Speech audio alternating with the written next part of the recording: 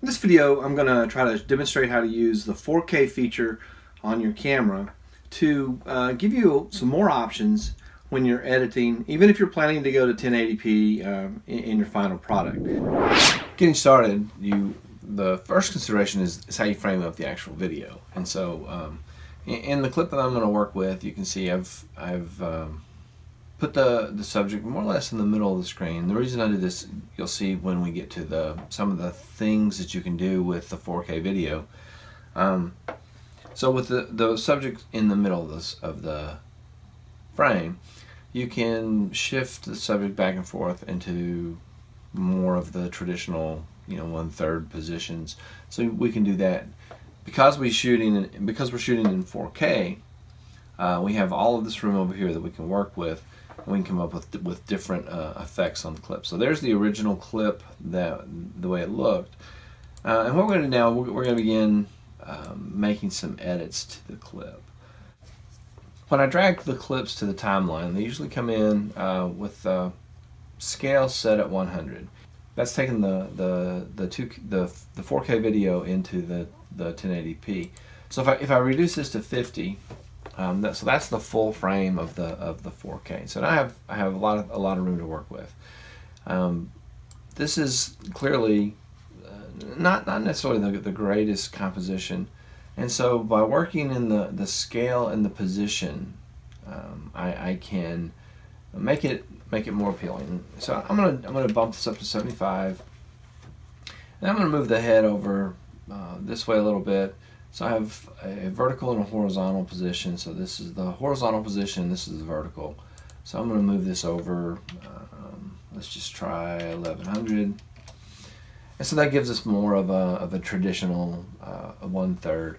And I might want to move the head up just a little bit, so I'm going to reduce how far down it is. So I'm going to go to 500. And so that gives me this shot. So now I have a nice composition based off of my 4K video in my 1080p timeline. Now, where the power really comes in is the ability with Adobe Premiere Pro, the ability to do zooms and dolly shots with a camera sitting on a fixed tripod. So what I'm going to do is I'm going to go back over here into my effect controls, and I'm going to click on the position and the scale buttons. And that automatically puts these markers into the timeline. And then I can move my timeline along a little bit. And let's say I'm going to zoom out. I'm going to zoom out. So I'm going to go from 75. I'm going to go to a little bit of a wider shot. So I'm going to put a keyframe in here. I'm going to move that down to 60. So now it has moved, and it has while I'm zooming out. So while I'm zooming out, I'm also going to do a little bit of a dolly shot, and I'll let the dolly shot run just a little bit longer than the zoom. I'm also going to pan up as I zoom out.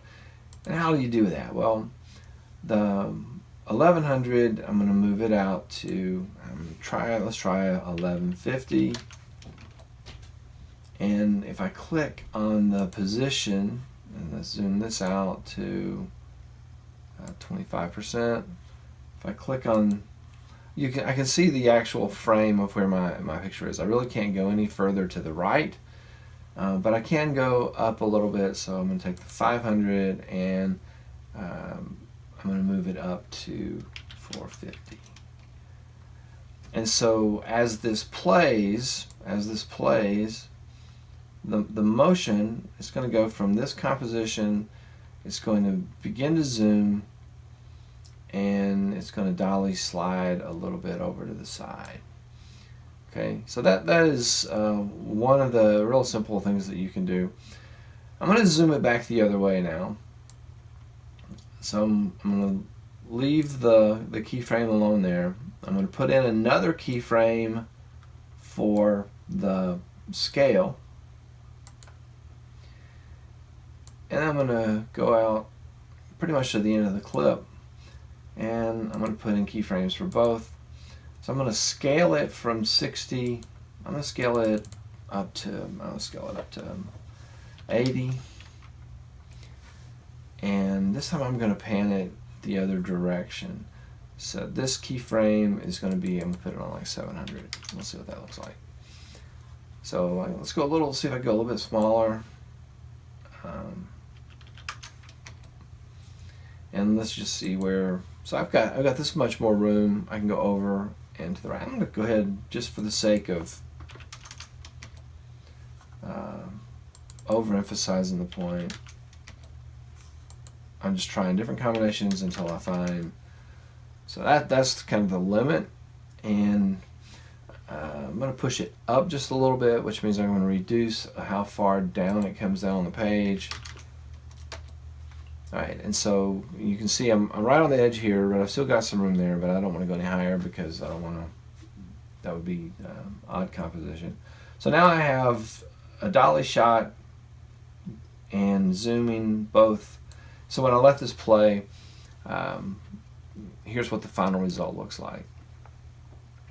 So you can see the zooming in the dolly shot as it goes along there.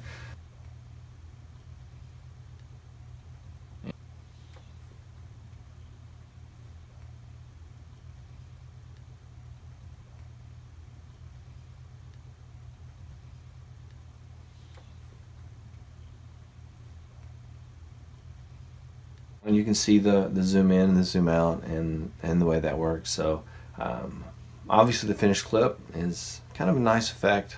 A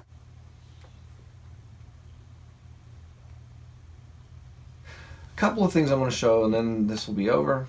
Come in here, and on these keyframes I can adjust how quickly they change. So it's easing in, and I can do the same thing. I can do it on a frame by frame basis. I can do ease in and ease out, and that kind of slows the rate at which the changes start to occur.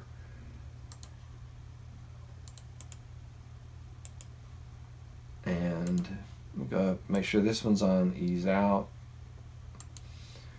And if you want to tweak that even more, you can click this down and it'll show you the velocity of when are the changes taking place. So you can experiment with this. Really the way to do it is to know that it's possible. If you know that this technique is possible, and you go in, what numbers do you use? 50 is going to give you the full frame of your 4K video. So anything higher than 50 is going to be give you some margin around the edge, and you can go all the way to 100 if your original composition is suited for that. You can go all the way to 100 and have the full frame, so you can zoom in and out. So anywhere between 50 and 100 is going to be something within that normal set of pixels that come off of the 4K video. So it's an easy technique to do, and it offers some very interesting effects for the video. And you can do all that, just to make your tripod shots a little more interesting. So, hope you enjoyed the how to do it technique, and I hope you can find ways of using this in your own compositions. If you liked the video, please hit the like button and consider subscribing to the channel. Thanks for watching.